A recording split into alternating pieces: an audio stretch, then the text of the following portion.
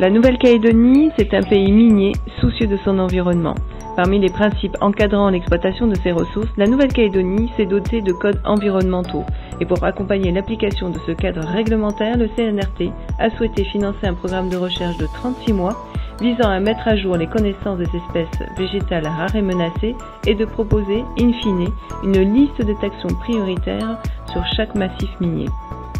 Au cœur des espèces végétales rares et menacées, quels sont les enjeux et priorités de ce projet? Pour nous en parler, la parole est donnée à l'équipe après 12 mois à explorer les massifs miniers. Alors le projet Hermine, c'est un consortium qu'on a monté avec des partenaires locaux qui sont Endemia, l'association Endemia, l'IRD ici à l'Herbier et l'Institut agronomique calédonien. Donc l'objectif, c'était de pouvoir répondre à l'appel à projet qui avait été lancé par le CNRT il y a maintenant 1 an et demi.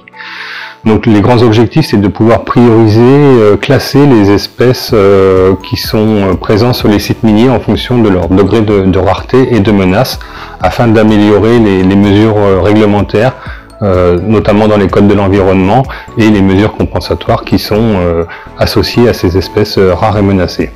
Donc durant la première année du projet, on a travaillé pas mal d'un point de vue déjà de définition du périmètre de l'étude en lui-même, c'est-à-dire savoir quels sont les grands massifs miniers exploités, délimiter ces contours géographiques précisément en partenariat avec le CNRT et les mineurs.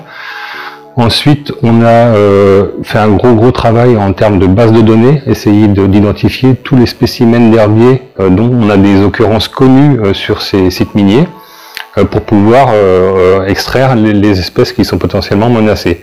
Et donc on a eu aussi beaucoup de spécimens, d'échantillons d'herbiers à identifier pour savoir si ça faisait partie d'une espèce commune ou voire d'une espèce nouvelle. On a identifié quelques espèces nouvelles déjà durant cette première année.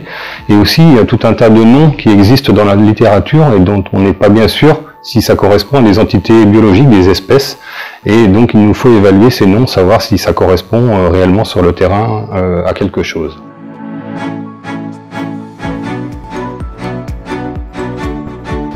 Alors en fait, dans le cadre du projet, l'idée était, ça fait très longtemps, depuis les années 1860, qu'il y a des plantes qui sont collectées en Calédonie.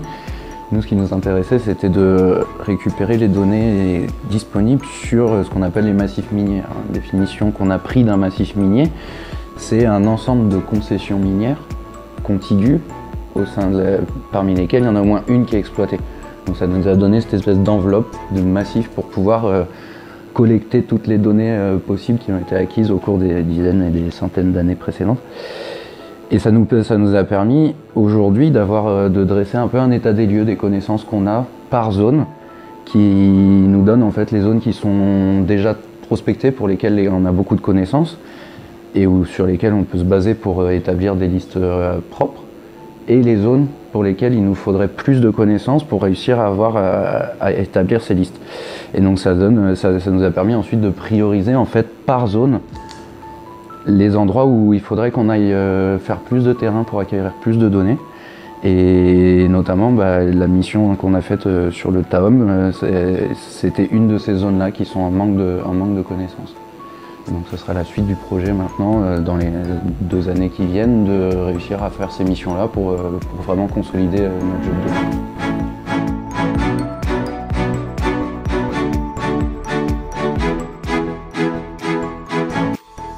Oui, alors effectivement, le but du projet, c'est à terme d'avoir une liste exhaustive des espèces rares et menacées par l'activité minière. Donc au tout début, le principe, ça a été de définir déjà la zone d'étude, donc c'est-à-dire ces grands massifs ultramafiques qui sont exploités. Et à partir de là, le but du jet, c'est de concaténer toutes les informations que l'on a pour chacun de ces massifs, en fait, c'est-à-dire de savoir quelles plantes sont présentes dessus.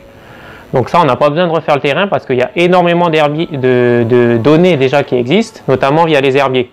Donc là, on se retrouve dans l'herbier de Nouvelle-Calédonie, où on a 90 000 spécimens, dont beaucoup déjà sont géoréférencés et tombent dans notre zone d'étude.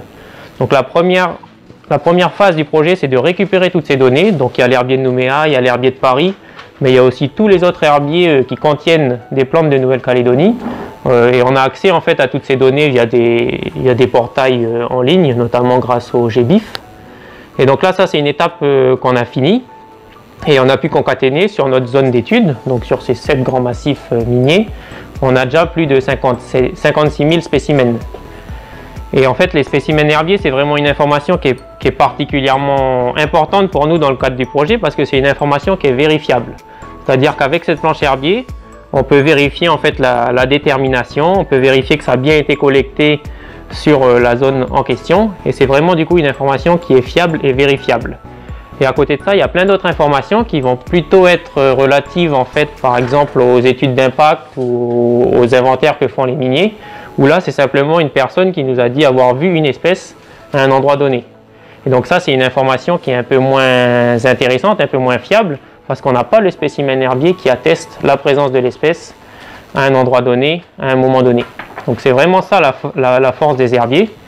Et du coup, à partir de ces herbiers, à partir des données qu'on va appeler plutôt grises, donc ces fameux inventaires, eh bien, on va pouvoir retourner sur site dans une prochaine phase du projet pour vérifier la présence des espèces ou pas et compléter les données qui sont disponibles.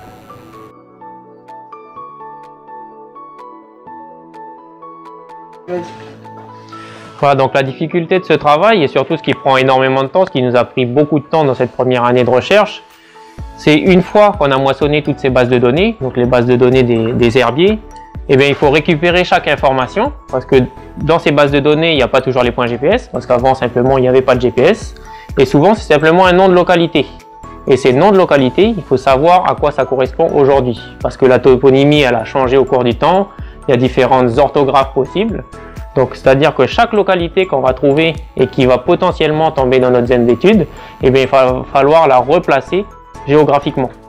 Et donc pour presque la totalité de ces 56 000 spécimens qu'on a trouvés, eh bien, il a fallu leur attribuer un point GPS avec une zone d'incertitude, etc. Donc c'est ça qui prend énormément de temps pour savoir quelles espèces, in fine, sont dans notre zone d'étude.